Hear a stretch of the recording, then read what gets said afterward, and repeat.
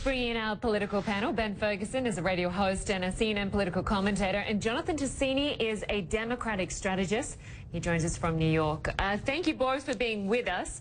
We want to talk about President Trump's first 100 days. If we can start with foreign policy, North Korea tonight, we've seen them launch another missile, a failed test. They continue to defy warnings from the US, and the president has cautioned that there is a chance of having a major conflict. Firstly, to Ben, how do you think the administration is handling this? I think they're doing a pretty good job with this. I think you see the State Department working well with this White House, and also they're working well with China and others to put pressure on North Korea. The fact is North Korea has been able to pretty much do whatever they want to do for the last several years, and that can't happen moving forward. They've been testing far too many nuclear weapons.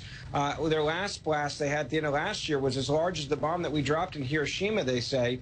And so they're also, we found out from intelligence that every 6 to 7 weeks they're able and capable of making another nuclear weapon. So they have to be dealt with in some capacity. When you look as if there's a possibility that you might use military strength, it gives you a lot more leverage with China to put pressure on them, and also when it comes to trade with North Korea. So I think right now they're doing a pretty good job of putting everything on the table to try to get a diplomatic solution. As the Secretary of State Rex Tillerson said yesterday, he said, look, we want this to be a resolution that is not dealing with the military, but ultimately we have to protect our interests, our allies, and others around the world. Jonathan, we are hearing tough words from President Trump. How do you think he is approaching this? What needs to happen? Well, in general, I think the problem with Donald Trump is he knows very little about the world.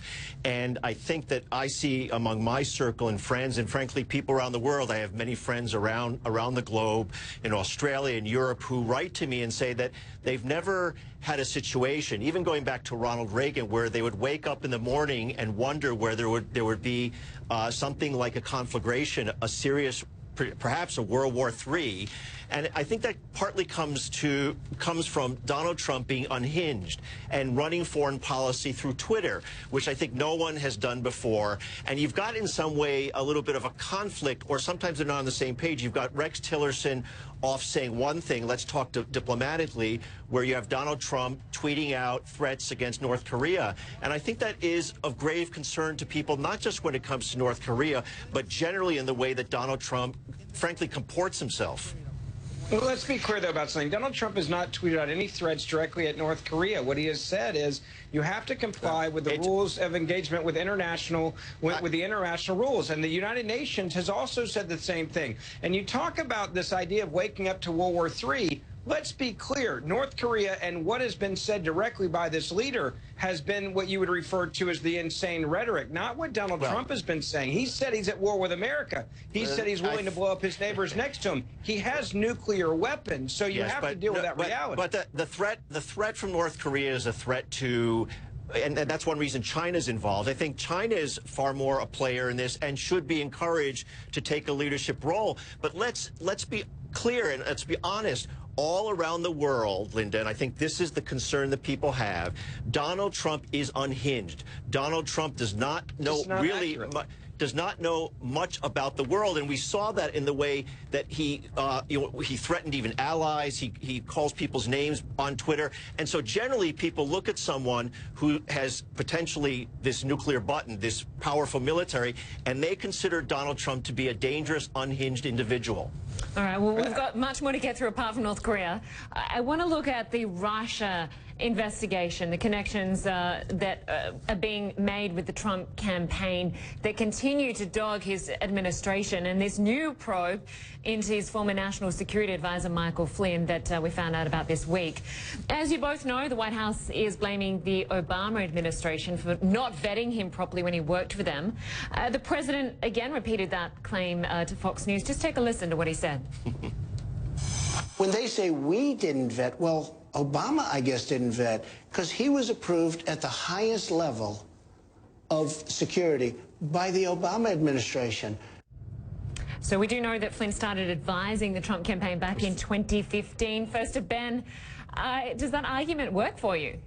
Look, I blame General Flynn. And I think you have to look at obviously there are some vetting issues with the U.S. government. The fact is, in 2015, he made these speeches in Russia, took these Russian dollars, and was at dinner with Vladimir Putin, which we've seen the video of and the pictures of.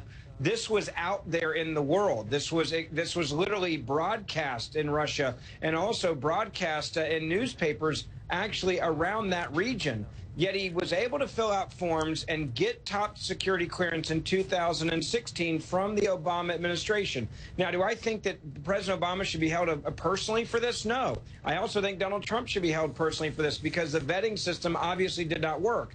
And what you're going to see here is I think General Flynn is going to be in some serious trouble. I think it's pretty clear he lied about those payments. He was told not to take foreign money. He was in a compromising situation there. That's why he's no longer working in the government, why he's under investigation. And I think ultimately there's a big problem with a vetting system when there's pictures on Facebook and on Twitter of you in Russia speaking and sitting with the president of that country, but somehow you get top security clearance from any administration. It's a failure of the vetting process in general. Jonathan, who do you blame for this major oversight?